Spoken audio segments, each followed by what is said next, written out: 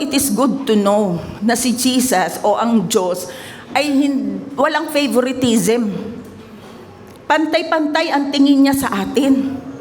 Kung ano ang ibinigay na faith ng Lord kay Apostle Peter ay siyang faith na meron tayo ngayon inside your born again spirit.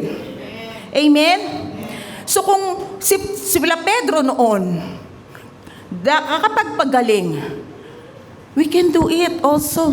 Not by our own strength, not by our power, but by the Spirit of the Lord.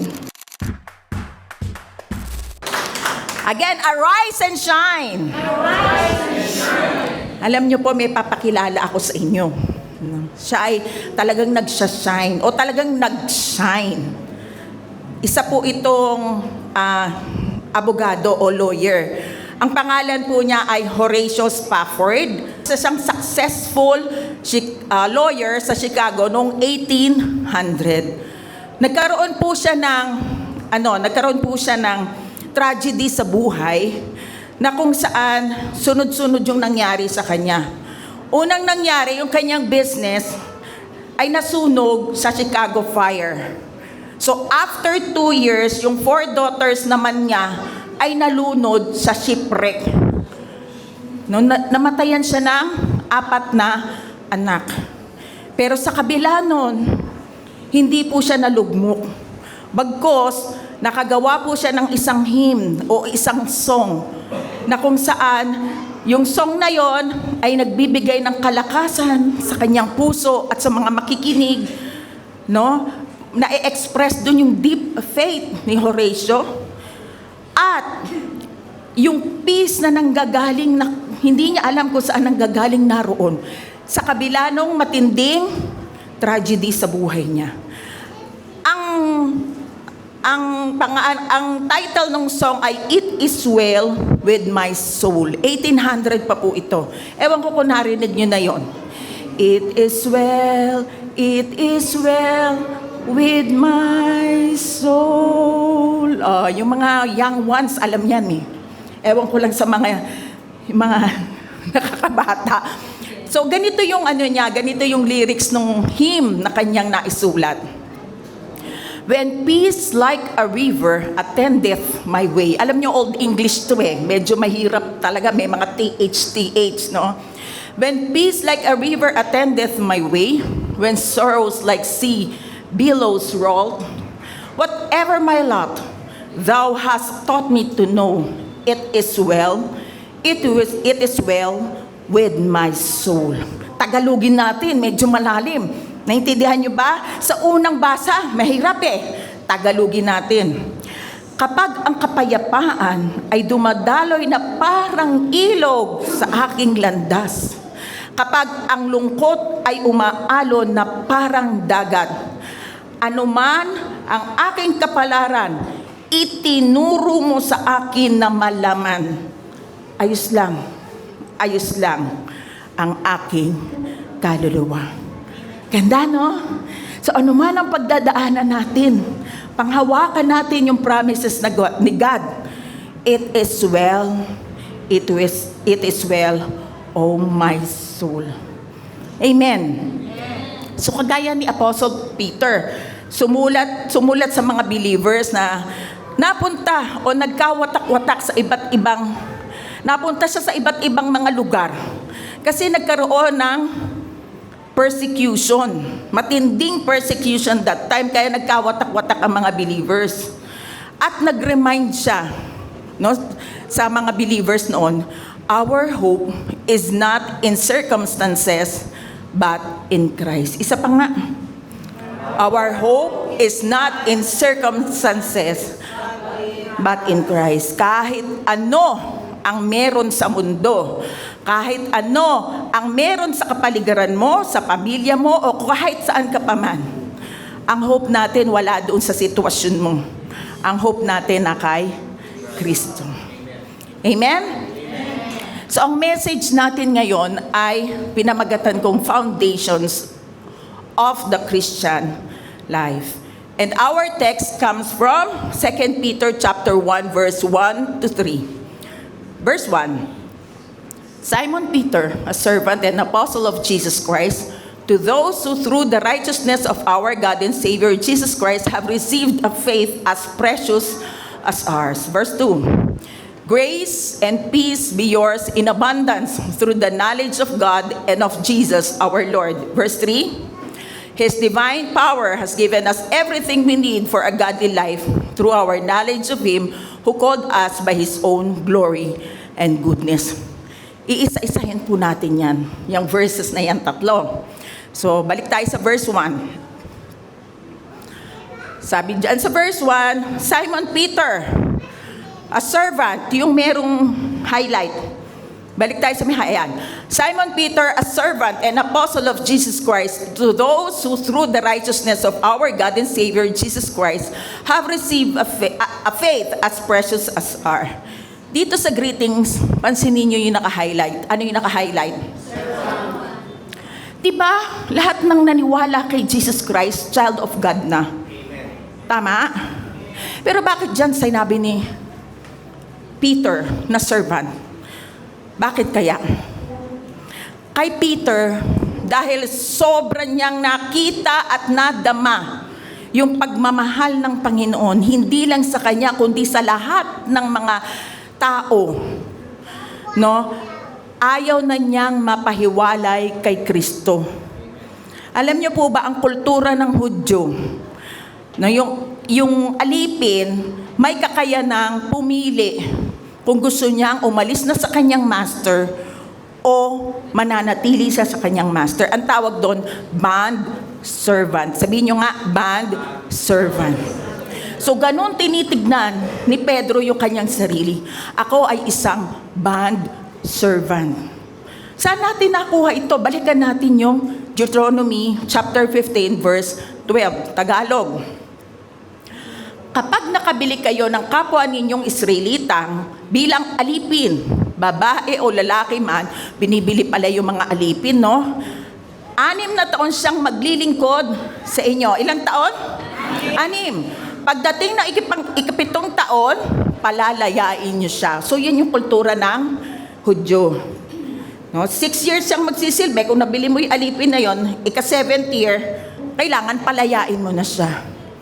Pero eto naman ang sa alipin, Deuteronomy 15, 16 to 17. Ngunit, kung gusto niyang manatili dahil sa pagmamahal niya sa inyo at sa inyong sambahayan, dalhin ninyo siya sa may pintuan at butasan ng kanyang tenga. Sa gayon, siya ay magiging alipin ninyo habang buhay. Ganito rin ang gagawin nyo sa mga aliping babae. Pagka ang isang alipin, halimbawa ako, ayokong umalis. Halimbawa, nabili ako. Ayokong umalis. Sabihin ko, gusto ko pa rin habang buhay maglingkod sa'yo. Bubutasan yung tenga ko. Ibig sabihin, selyo yun eh. Yung mga hayop din noon, nung sa Hudyo noon, lalagyan nila talaga ng marka. Ang believers, minarkahan. Minarkahan ng Holy Spirit. Kaya tayo ay selyado ng banal na Espiritu. Diyan, minarkahan ang alipin. So, ganun tinitignan ni Peter yung sarili niya. Habang buhay akong maglilingkod sa iyo, Panginoong Hesukristo. Tayo ba habang buhay? Nag-decide na ba tayo? Amen? Parang yung kantang, I am decided to follow Jesus. No turning back. No turning back. Wala na. No turning back. Amen? Have you decided to follow Jesus? Meron pa bang pagtalikod? Wala na. Hindi na tayo tatalikod. Dahil ang Panginoon ang ating Master. Amen? Minsan nang dininay ni Peter ang Panginoong Hesukristo pero sa kadahilan ng naranasan niya yung redemption ni Jesus, yung pagliligtas ni Jesus, nauunawaan niya ang ginawang sacrifice ni Lord sa cross of Calvary. Kaya siya nag-decide na habang buhay, maglilingkod sa Panginoon. Amen? Basahin natin ulit yung verse, 1 Peter chapter 1. Ngayon naman, New Living Translation. This letter is from Simon Peter, a slave and apostle of Jesus Christ. I am writing to you who share what? The same precious faith we have. This faith was given to you. Why? Because of the justice and fairness of Jesus Christ, our God and Savior. Ang letter ni Peter na ito ay para sa mga believers na merong same faith in Christ. Kapareho nung faith. Alam nyo, it is good to know na si Jesus o ang Diyos ay walang favoritism. Pantay-pantay ang tingin niya sa atin. Kung ano ang ibinigay na faith ng Lord kay Apostle Peter ay siyang faith na meron tayo ngayon inside your born again spirit. Amen? So kung si Pedro noon, nakakapagpagaling, we can do it also. Not by our own strength, not by our power, but by the Spirit of the Lord. Amen? So, ang sarap sa Panginoon dahil wala siyang paborito. Ano yung faith? Anong tawag doon sa faith na nilagay sa atin? Faith of God. Sabihin nyo nga, faith of God. Okay. Yung faith of God na yon, para hindi kayo malito, merong dalawang faith na nasa Bible. Faith of God and faith in God. Anong pagkakaiba niyan? Faith of God originates from God as gift. Yan yung, nung nanampalataya ka sa Panginoon, narinig mo yung gospel, no?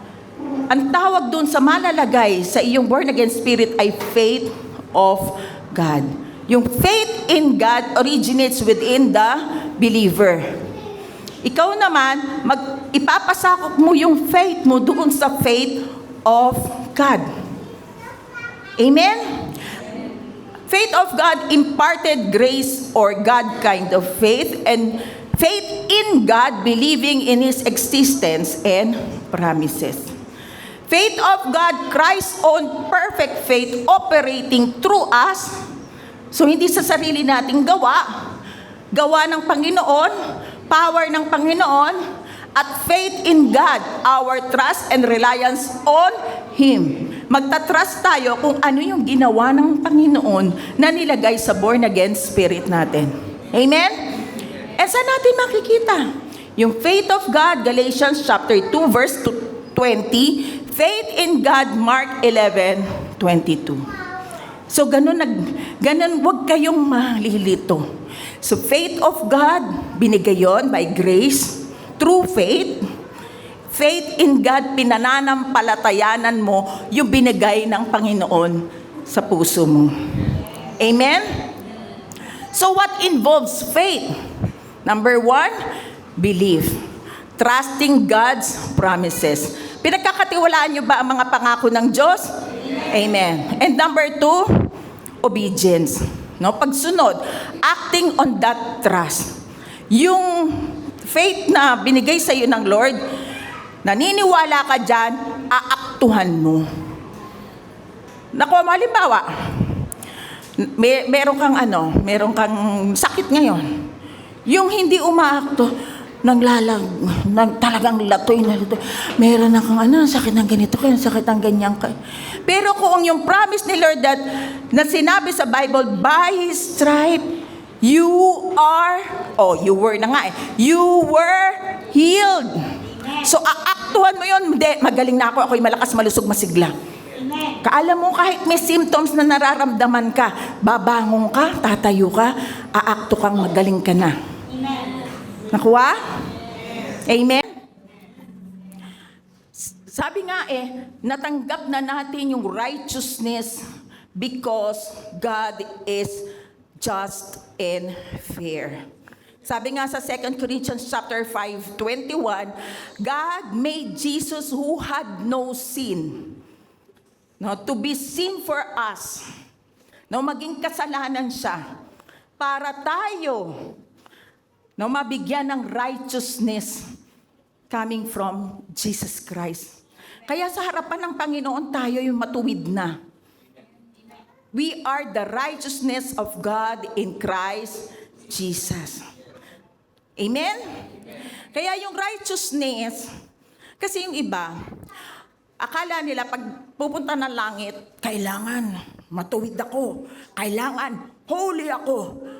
O paano kung biglang nagkasala ka na isang beses, hindi ka na pupunta ng langit? Di ba?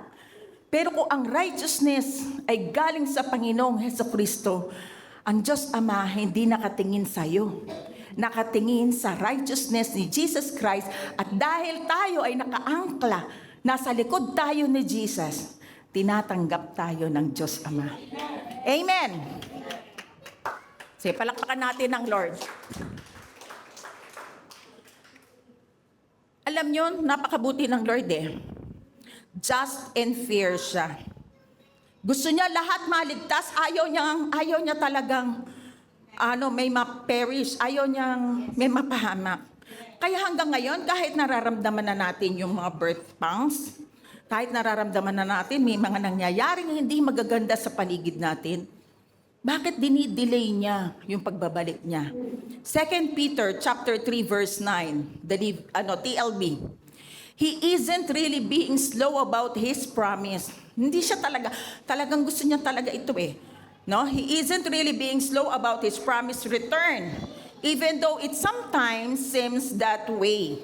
But He is waiting for the good reason that, here are the reasons. Bakit hindi pa bumabalik ang Panginoon? He is not willing that any should perish, and He is giving more time for sinners to repent. Napakabuti ba ng Diyos? Yes, God is really, really good. Ayaw niyang may mapahamak sa hell. Kaya up to now, kahit marami na nangyayari sa paligid natin, dinidelay niya muna. Dahil gusto niya lahat maligtas sana. Amen? Now, punta tayo sa verse 2. Diba sabi ko sa inyo, baybayin natin yung 3 verses na kanina. 2 Peter chapter 1 verse 2. Grace, ito yung greetings ni Peter. Grace and peace be yours in abundance through the knowledge of God and of Jesus our Lord. Ang grace and peace ay magmumultiply sa buhay natin through the knowledge. Yung knowledge dyan, hindi lang basta knowledge na alam mo. Yung knowledge dyan, galing sa Greek word na epignosis, means deeper revelation, transformation, and spiritual mastery. Hindi lang basta nandito. Deep knowledge. Yung may experience ka na sa Lord. Kaya nagkakaroon ng transformation inside of you because you have already knowledge. Epignosis. No? Dalawa kasi yan, ginosko, epignosis. Epignosis, parang ganito madly in love ka. Pag madly in love ka, inaalam mo sa minamahal mo, ano ba ang ibig niya? Ano ba ang gusto niya? Yun ang bibigay ko sa kanya. Na pinag-aaralan mo at pinagsisilbihan mo ng todo kasi madly in love ka. Alam niyo po ba kung sino ang madly in love sa atin? Ang Diyos. Madly in love sa atin. At magre-response naman tayo sa Kanya ng papano? Habang nararamdaman natin na mahal tayo ng Diyos, nagkakaroon tayo ng deep revelation about Him. Sa papaanong paraan? By reading the Word of God or hearing the Word of God. Amen? Kapag lalo mong nalalaman, lalo mong natututunan na ang Diyos ay nagmamahal sa iyo, nagkaroon ka ng deep revelation, ayaw mo nang magkasala. Amen? Ayaw mo nang magkasala. Bakit? Kasi ang Diyos, nagmamahal sa iyo, ayaw mo na siyang saktan. Amen? So ano yung epignosis? Deep revelation. Hindi lang basta dito. Di ba pagka tayo, halimbawa ganito. Ang bawang, sabi nila, antibiotic daw pagka kinain. Knowledge lang yun. Pero, kung ang bawang dinikdik mo, hinintay mo sandali, lalabas yung alisin. At kinain mo, andun na yung deep revelation. Antibiotic itong bawang at mapapakinabangan ng aking katawan. Kuha? Promise ng Lord, pinagaling ka na. Umakto ka. Nilagay mo sa puso mo, ako'y pinagaling na ng Panginoon. Mangyayari ko ano ang pinaniwalaan mo. Amen? Nakuha? Nakuha? Amen. So why does the Bible often links faith, grace, peace together as the foundation of the Christian life? Number 1, faith receives grace. Yung pananampalataya, tinanggap ang biyaya. Ephesians chapter 2, verse 8 to 9. For by grace you have been saved through faith. Ang salvation, hindi galing sa mabubuti nating gawa. Salvation is a gift. Ire-receive mo na lang. No? Totoo na ang kamatayan ni Jesus Christ ay para sa lahat, pero hindi lahat makaka-receive ng kaligtasan. You have to believe and then receive the gift of God. Yung kaligtasan na yon. Kasi merong lumalabas ngayon ng tawag ay universalism, na lahat daw ligtas na, kahit hindi mo natanggapin si Kristo, niligtas ka na. Hindi po. Parang ano yan eh, kasi regalo, di ba? Binigyan ka ng regalo, Christmas. Nasa sayo yan, balot na yung regalo, napakaganda. Nasa sayo yan kung tatanggapin mo o hindi. Pero ready na yung regalo. Ganon din ang salvation. Ready na. Ginawa na ni Kristo, tinapos na. But you have to accept the gift of salvation. Grace is God's undeserved favor. Faith is the channel by which we receive it. Without faith, we cannot access the gift of salvation. Lahat tayo ay undeserving tumanggap ng biyaya ng Diyos. Meron ba ditong deserve? Kumbaga, perfect. Pangalan na lang, perfecto. Makaka-receive kaya si perfecto? No. Walang perfect. Lahat tayo merong nagagawang hindi maganda. Even ako. No? Hindi ko sinasabing perfecto ako. Kaya undeserved favor. Merong pabor ang Diyos sa atin, not because we are good, but because God is good. Amen? Amen? So yung faith, saan ang gagaling? Faith comes from hearing. And hearing the word of Christ. Sa Bible, mga iba't ibang salin, nakalagay ng word of God. Pero pag titignan nyo po sa Greek, word of Christ. Yung faith nang gagaling sa word of Christ. Amen? So anong gagawin natin? We have to hear and hear the finished work of Jesus Christ. Para yung faith, magkaroon ng deep revelation, manuot sa puso natin. No, hindi mo lang basta alam na ang Diyos ay mabuti, kundi nararanasan mo. You experience it every day in your life, the goodness of God.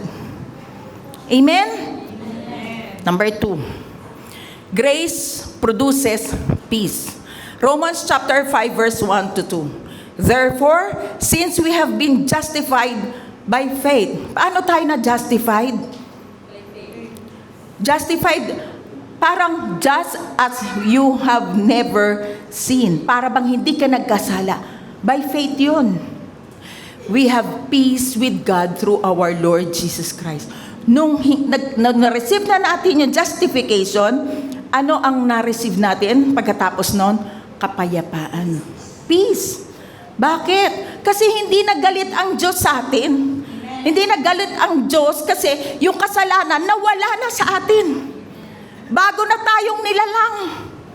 Amen? Nung tinanggap natin, ang Panginoon, namatay na ang old self natin.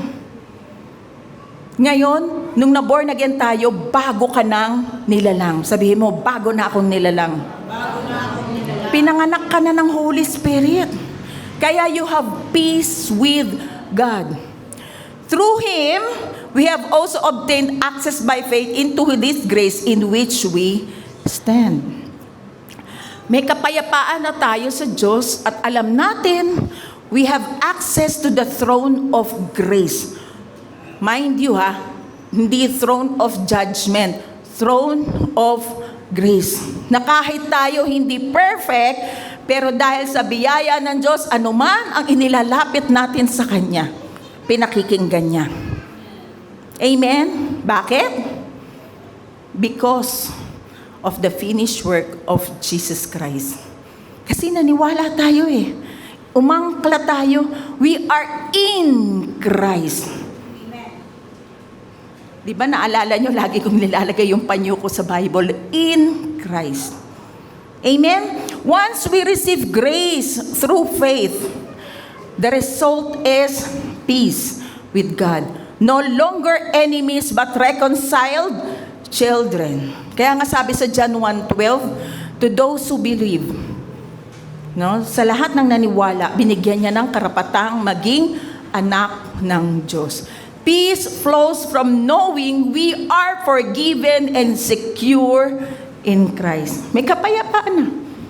Pag nalaman mo, bawa may kagalit ka, nalaman mo, pinatawad ka na ng kagalit mo, ano mararamdaman mo?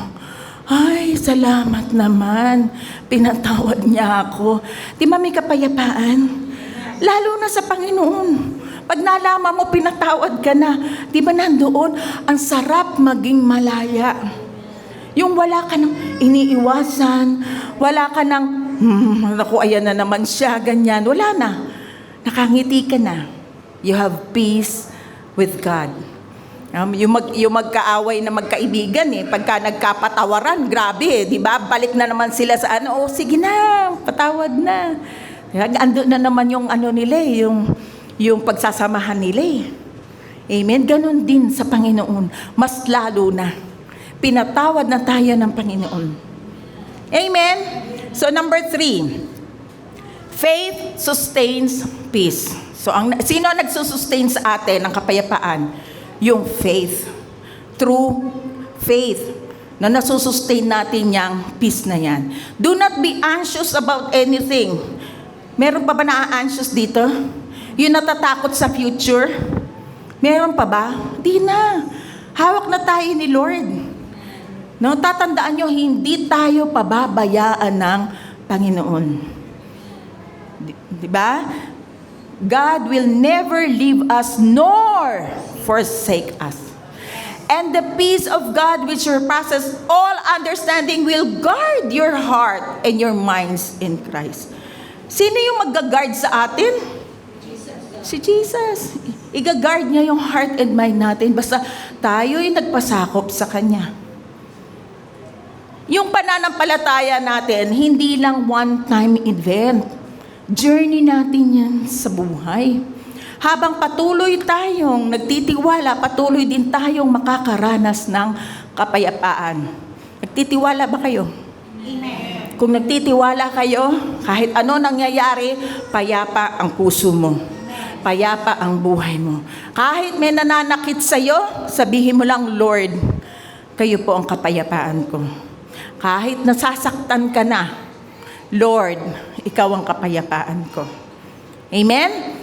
Faith keeps us trusting God, even in trials, and that trust allows His peace to guard our hearts. Peace is not just the absence of conflict, but the presence of Christ ruling in our hearts. Yes, maraming conflicts. Maraming problem. May family problem, may financial problem, may work problem. Ang daming conflict sa buhay. Pero yung kapayapaan na hindi mo malaman kung saan ang gagaling, nandun Kasi yung peace na yun ang gagaling sa Panginoon. Para bang ang faith ay seatbelt sa sasakyan. Di ba ngayon, hinuhuli pag di naka-seatbelt? Kasi, proteksyon mo din yun. Pag sakay mo ng sasakyan, magsi-seatbelt ka. Pag sakay mo ba, aalisin mo ba kagad? Ay, nandito na ako sa may Muñoz. Pero pupunta ka pa ng Muntinlupa, aalisin mo ba yung seatbelt? Hindi. So ang faith, parang seatbelt na kailangan sa journey ng buhay mo. Kasama mo palagi yung faith na yan. Kasi alam ni Lord na may mga rough roads sa buhay natin. May mga bako-bako. Hindi, ang andaan, nakita nyo naman, lalo na ngayon sa flood control, di ba? Dito lang sa Caloocan boom, may mga, dito, hindi naaayos. Pero, praise God, pag-pray natin na maayos ang ating gobyerno. So, kailangan mong magsuot ng seatbelt. Journey kasi itong nasa atin, hindi ito ang home natin talaga. Ang home natin ay? Heaven. Ang heaven. We are citizens of heaven. Pag nakakalimutan nyo, hindi kayo taga rito. Taga langit tayo. Amen. Amen. So, ang season ng buhay natin, ang journey ng buhay natin, makakatagal tayo because of faith and grace of God. And also, pag nandiyan ang faith, nandiyan ang grace, nandoon din ang peace. Ano man ang mangyari, may kapayapaan. Next verse. Ito yung verse 3. His divine power. Teka mo na. His divine power has given us everything we need for a godly life through our knowledge of Him who called us by His own glory and goodness. Tagalogin natin. Maganda sa Tagalog. 2 Peter 1:3, pag ipinagkaloob niya sa atin, ipinagkaloob, past tense, nakaraan na, pang nagdaan. Ipinagkaloob ng Diyos sa atin sa pamamagitan ng kapangyarihan ng Diyos ang isang bagay. Kaunting bagay. Tatlong bagay. Ay naku, parang naniniwala na sila 3 bagay lang. Wala na sumagot. Lahat. Ipinagkaloob na ang lahat ng bagay na kailangan natin sa buhay at sa pamumuhay ng tapat sa Kanya. Ito'y sa pamamagitan ng ating pagkakilala sa Kanya na tumawag sa atin ayon sa Kanyang karangalan at kalwalhatian. So ano pa ang ikakatakot mo? Pinagkaloob na pala ng Panginoon God has given you everything in this life. You have to believe and trust Him. Trust His promises. Amen? Pinagkaloob na. So, ibig sabihin, pagka pinagkaloob na, kulang ka pa ba? No. 3 lang ang nakakaalam na hindi sila kulang. Kulang ka pa ba? Di na. Kumpleto na tayo kay Kristo. Kumpleto na tayo, hindi kulang ang ating resources. Kasi ang source natin ay si Kristo. Hindi kulang ang ating identity kasi tayo'y anak ng Diyos. Hindi kulang ang ating future kasi may buhay na walang hanggan tayo sa Kanya. Sige. Let us make this interactive. Ako magsasabi nung naka-bold, kayo yung magsasabi ng dahilan. Kumpleto na tayo kay Kristo, hindi kulang ang ating resources dahil hindi kulang ang ating identity kasi hindi kulang ang ating future kasi yes. Kapag ang tingin mo sa sarili mo kulang, balikan mo ang ginawa ni Jesus sa krus ng Kalbaryo. Kinumpleto ka na niya. You are complete in Christ. Amen? Kaya sa journey natin sa life na ito, in our journey through life in this world, we need to, number 1, beloved, walk. Walk with confidence in Christ. Live boldly knowing we are complete in Christ. Alisin natin yung mentality na kulang ako. Hindi ko kaya. Hirap naman yan. Ang hirap-hirap. Ang hina ko naman. Ano ba yan? Ang hina ko. Ang dami naman gagawin. Yung mga walang confidence sa sarili. Complete ka na. Sabi mo nga, complete na ako. Complete na ako. Nilagay na ng Diyos ang lahat ng wisdom and strength sa born-again spirit mo. Be confident. Sabi mo nga, I am confident. Okay, maging confident kayo. Hindi nakakahiya. Kasi alam mo, okay lang nervyusin. Minsan, di ba, sa mga estudyante, pagka magre-recite, ninenervyos. O kaya naman, pagka merong kakausapin, nakakatakot, huwag kayong matakot. Kompleto ka kay Kristo, ipinagkaloob na ni Kristo ang lahat sa'yo. Amen? Number 2, live with contentment in grace. Stop searching for fulfillment in the world. God's grace is sufficient. Huwag tayong maghanap ng kulang sa mundo, kulang sa pansin, kaya naghahanap naman ng papuri sa ibang tao. People pleaser. Ay, di naman ako pinansin. Ayoko na nga dyan. Di naman ako bida. Di ba? Naghahanap ng mga taong magmamahal sa kanila. Kahit hindi mo ma-feel yung pagmamahal ng iba sa'yo, ang pagmamahal ng Diyos, kumpleto na sa'yo. Amen? Huwag mo nang pansinin yung iba. Pansinin mo yung pagmamahal ng Lord sa'yo. Nang sa gayon, magiging kapayapa ang buhay mo.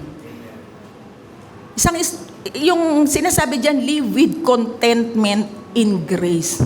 Kasi ang biyaya ng Diyos ang magbibigay ng contentment sa'yo. Isang negosyante, alam ko, nabalitaan nyo rin ito, isang negosyante na walang contentment sa buhay.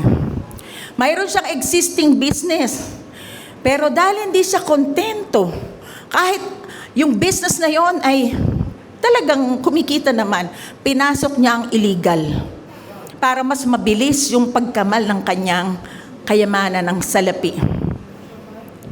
Ay, basta, yun na yun.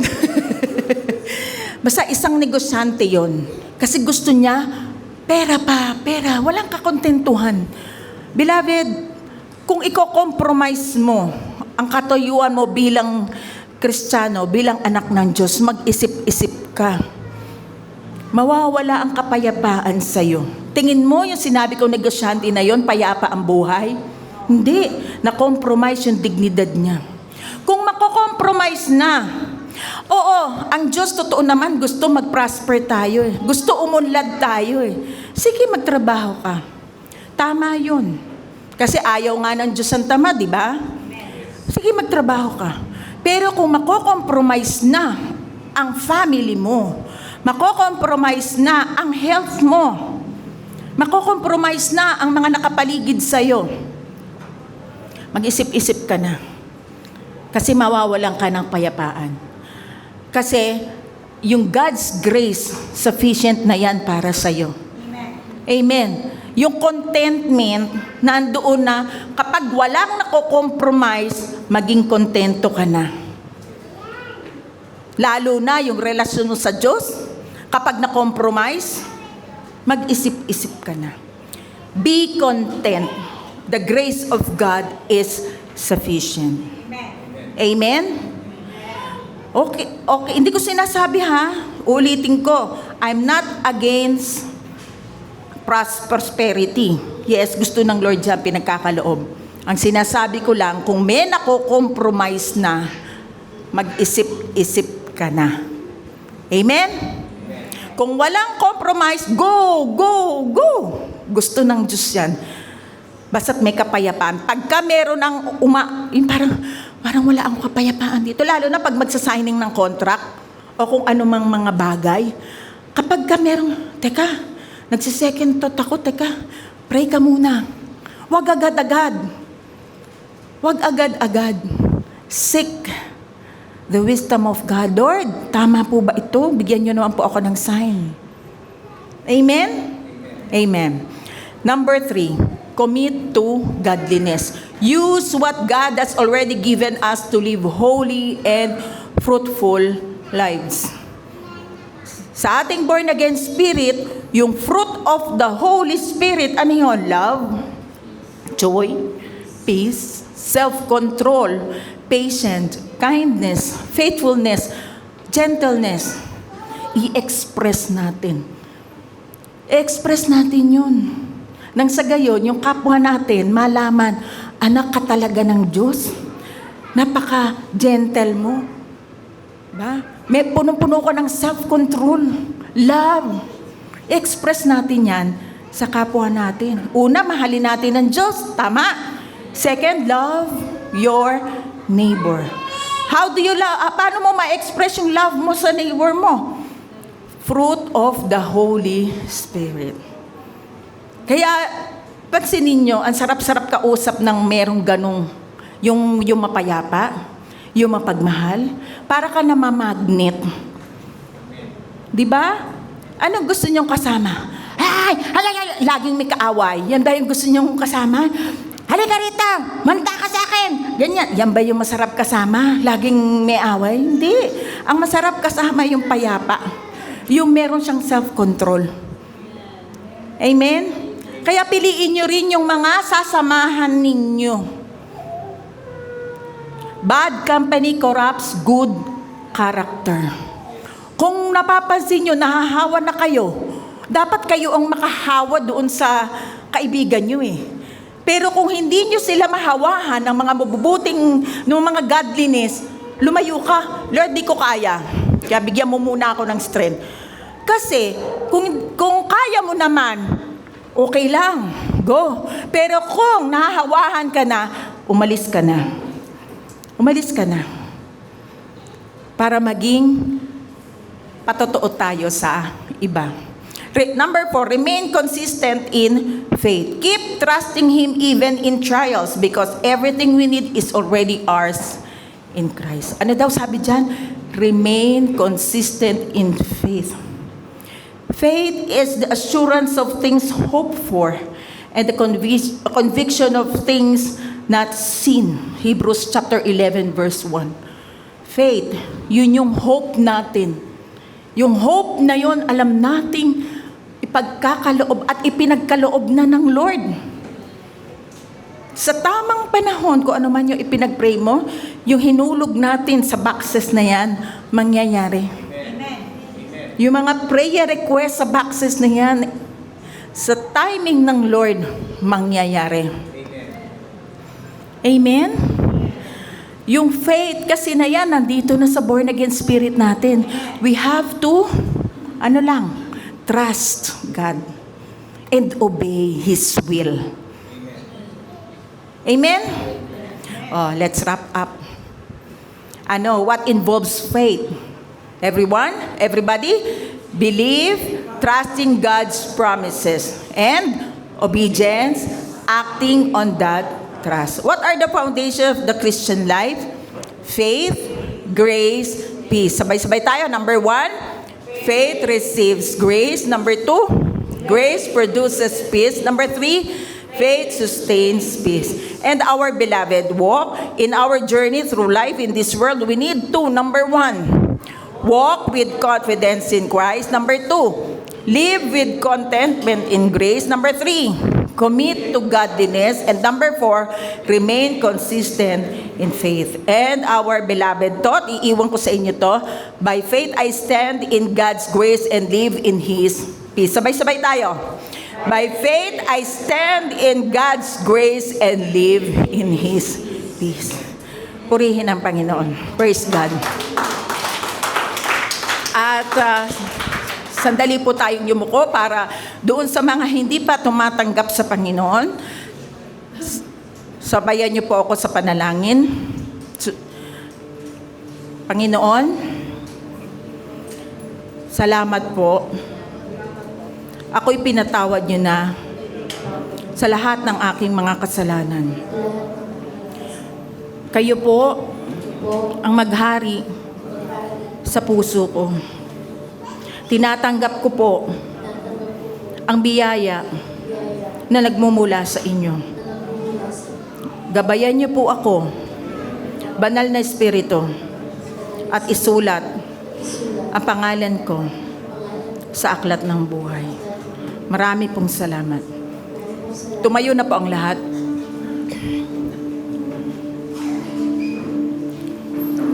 Hallelujah. Maraming pong salamat, Panginoon, sa aking mga kapatiran na narito. Sa lahat po, Panginoon, ng mayroong mga prayer requests. Hayaan niyo po, Panginoon, na makita ang goodness ninyo, Panginoon, na sinasagot niyo po isa-isa ang kanilang mga panalangin. Salamat po sa pananampalataya, sa faith na nilagay niyo po sa amin. At doon sa faith na yon, hayaan niyo na kami umangkas, maniwala, at sumunod sa inyong kalooban.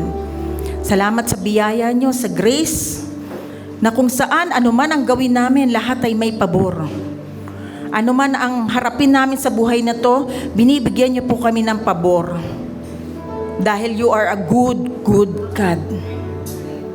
Salamat po, Panginoon, sa kapayapaan na pinagkaloob niyo po sa bawat isa. Kapayapaan na hindi po namin alam kung saan ang gagaling. Na sa kabila ng conflict sa buhay na ito, nagkakaroon po kami, Panginoon, ng peace sa aming heart. Marami pong salamat. At sa pangalan ni Jesus, lahat ng may sakit mula ulo hanggang paa, dinideklara ko ang kagalingan mula sa Panginoong Jesucristo sa iyong katawan in Jesus' name.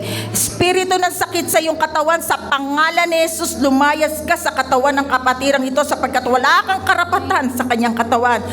Ito ay templo ng banal na Espiritu. Kaya tanggapin mo, beloved, ang kagalingan nagmumula sa Panginoon mula ulo hanggang paa mo. Sa pangalan ni Jesus, ikaw ay malakas, malusog, masigla in Jesus' name. Salamat sa mga pangakong yan, Panginoon, sa journey namin sa buhay na ito, na kahit may conflict, Panginoon, we still trust in you. Thank you very much, Lord, for hearing our prayer. At sa buong linggo na ito, Panginoon, ipinagkakatiwala namin ang aming buhay, ang aming mga ginagawa, ang mga aming negosyo, ang aming trabaho, ang aming pamilya, lalo na po ang mamahal namin sa buhay sa inyo. Sapagkat sa inyong mga kamay, kami po'y iniingatan ninyo at inilalayo sa anumang disgrasya at panganib. For no weapon formed against us shall prosper. In every tongue which rises against us in judgment, we shall condemn. Inaakma pa lang ng kaaway, inaakma pa lang ni Satanas ang ikakasira namin sa pangalan ni Jesus. Ito po, Panginoon, ay binuwag nyo na. Salamat, Panginoon, sa pag-iingat nyo po sa lahat.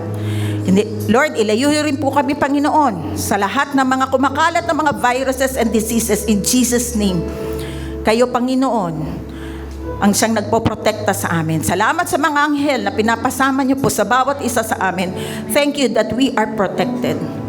Marami pong salamat in Jesus' mighty name. Lahat ay magsabi ng Amen. Lahat ng pangako mo sa'kin ay oo. Sa bawat laban, tiyak ang panalo.